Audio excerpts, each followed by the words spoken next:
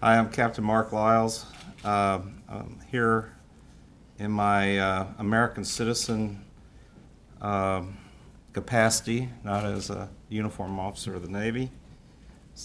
So saith my lawyer. Um, I am the Vice Admiral Joe T. Boone Professor of Health and Security Studies at the Naval War College. My background is degrees in analytical physical chemistry, cellular and structural biology, doctorate. Did my DMD at Louisville. I did training in maxillofacial surgery. That was before they had ADD medicine, so I collected a lot of degrees before I was properly medicated, which I am today. I want to thank the Sullivans for everything they've done over the last few years. I'm quite humbly honored to be in the same room with many of these researchers and other people here. It really is a formidable group of guys. Most of you can read what I did on the internet as far as my early work in 2003 on identifying heavy metals and bacteria, fungi, and viruses in the dust in the Middle East. For every story that's been told here about DOD, I've got a dozen more, and VA.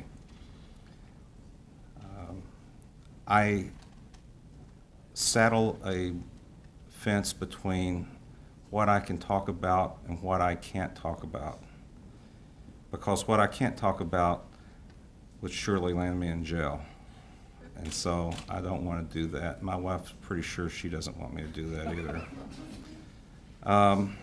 The reason that I'm speaking to you tonight is I came here tonight to tell you why I nominated Steve Coughlin to the Sullivan Center for this award. It just occurred to me sitting there, Sullivan, Lyles, Coughlin. What is it about the Scott Irish? Can they not just, sit down and shut up? I mean, come on. I don't know why you have a bar here. I really don't. So one of the things when I was talking was we were thinking about Steve, and I was reading his testimony, and I was thinking about the things that he said and saw, and the things that I had said, saw, experienced, dodged, hid, was protected, the things that I went through over these years, and why I still hung in there. And I saw the courage that Steve presented, and I said, this is a guy that really needs to be part of this group and to be recognized for this, because it took great courage.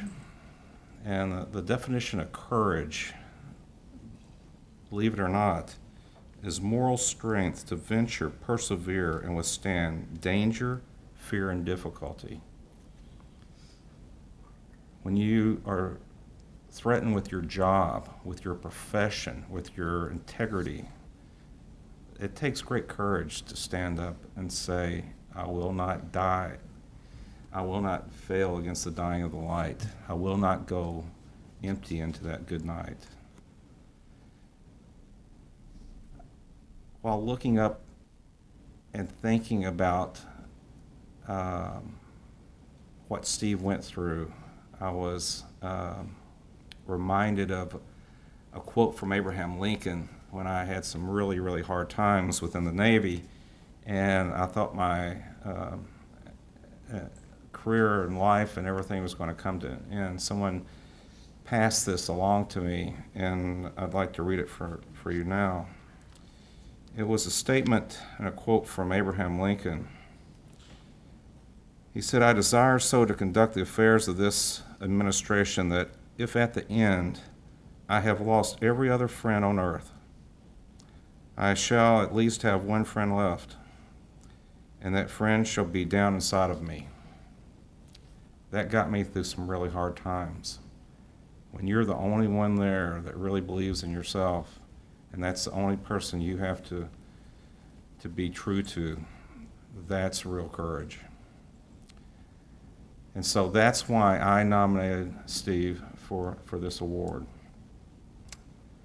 One of the other things that made Steve's contribution and presentation and what he did for all of us, veterans and citizens alike, is he worked at a government administration whose motto is to care for him who shall have borne the battle and for his widow and his orphan. And that's what Steve's done. And I am honored to be in this group with him, Rich Meehan, Bob Miller, and the Sergeant Sullivan Center for all they've done for veterans. Thank you.